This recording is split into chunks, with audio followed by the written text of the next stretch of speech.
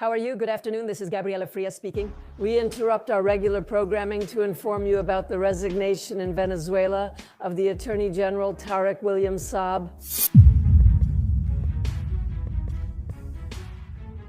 Tarek William Saab decided to step down as Venezuela's Attorney General amid the growing United States offensive.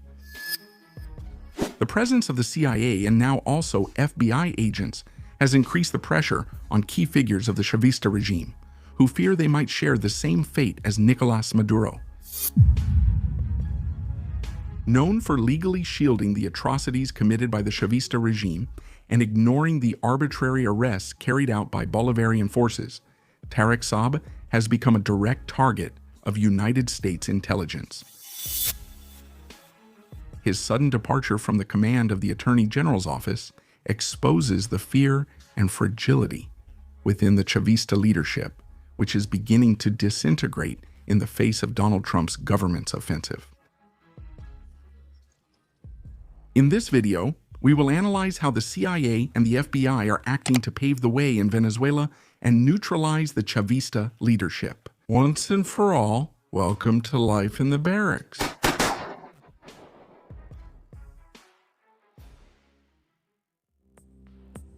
With the CIA, the FBI, and the Southern Command surrounding the Venezuelan coast, the Chavista regime faces an internal crisis marked by distrust among its own leaders. The fear of being captured by American forces led Tarek Saab to reinforce his personal security, even going so far as to take refuge in bunkers, repeating the same strategy as Maduro before he was captured. This scenario reveals how international pressure has undermined the structure of Chavismo from within, making it clear that the unity of the regime is increasingly compromised and vulnerable.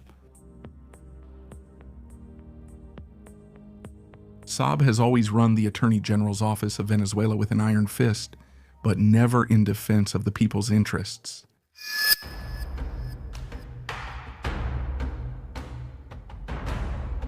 His actions were marked by legally shielding the atrocities committed by Nicolás Maduro's regime, systematically ignoring the arbitrary arrests carried out by the Bolivarian forces.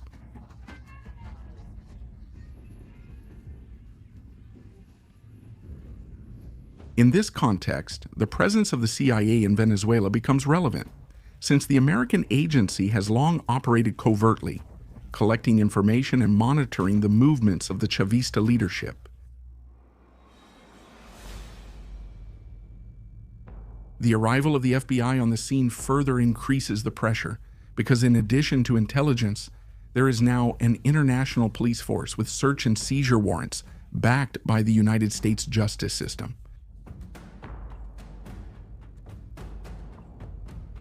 This new element directly recalls the case of Alex Saab, the financial arm of the Chavista regime, who was captured after a coordinated action by the FBI. The combination of the CIA and FBI inside Venezuela represents a dual offensive, intelligence and practical action, capable of further destabilizing the core of Chavismo.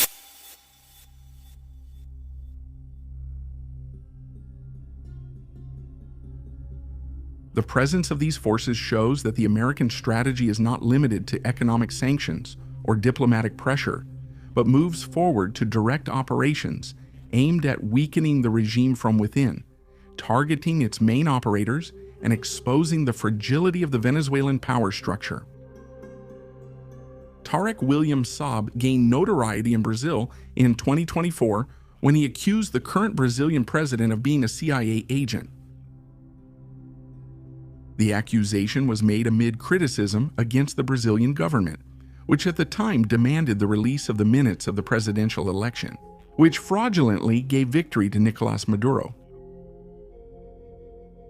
Despite the controversial statement, the Brazilian government remained on the side of the Chavista regime, making official visits and even publicly defending Maduro's return to Venezuela, as a way to prevent the dictator's trial in New York, where he is imprisoned.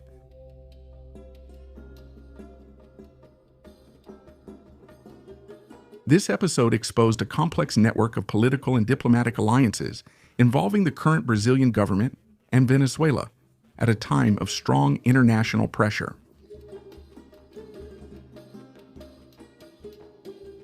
The sudden removal of Saab from the Attorney General's office shows that even the most radical within Chavismo are vulnerable and afraid, while Brazil finds itself in a delicate position by maintaining relations with a regime that is increasingly weakened and challenged on the global stage.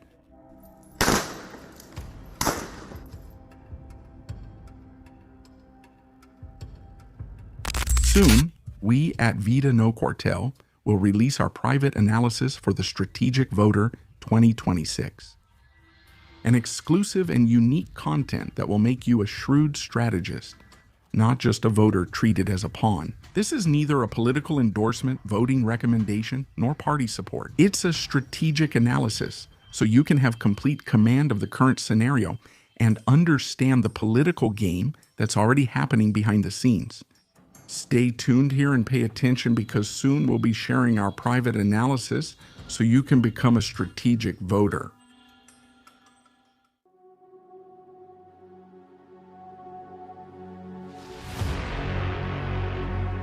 The CIA's operations on Venezuelan soil are marked by long-term intelligence missions, often undercover, with the goal of gathering strategic information about the Chavista regime.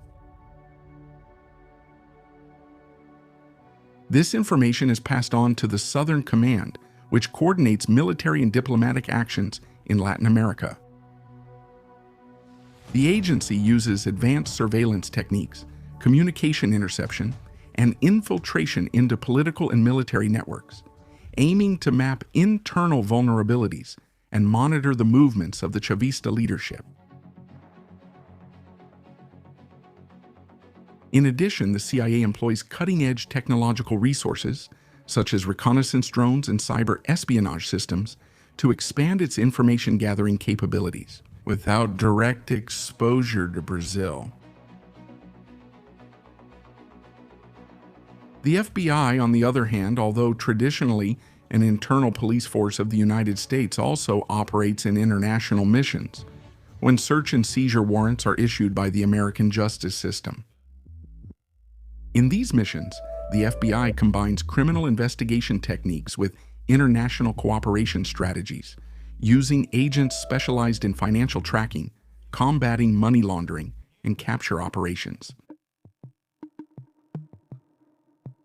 The simultaneous presence of the CIA and the FBI in Venezuela represents a dual intelligence offensive to destabilize the regime and practical action to neutralize key figures, creating a siege that directly pressures the Chavista power structure.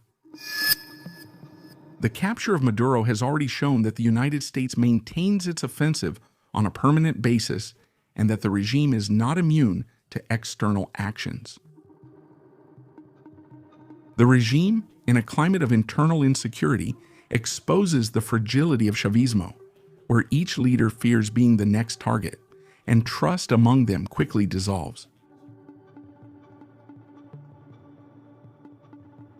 Even with Maduro out of the picture, Cabello and Padrino continue to act, but their stay in power may be a matter of time.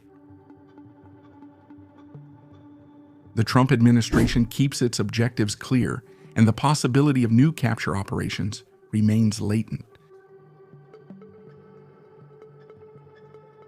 This constant pressure reinforces that the Chavista regime is surrounded both internally and externally, and that any movement could trigger decisive action against its main leaders.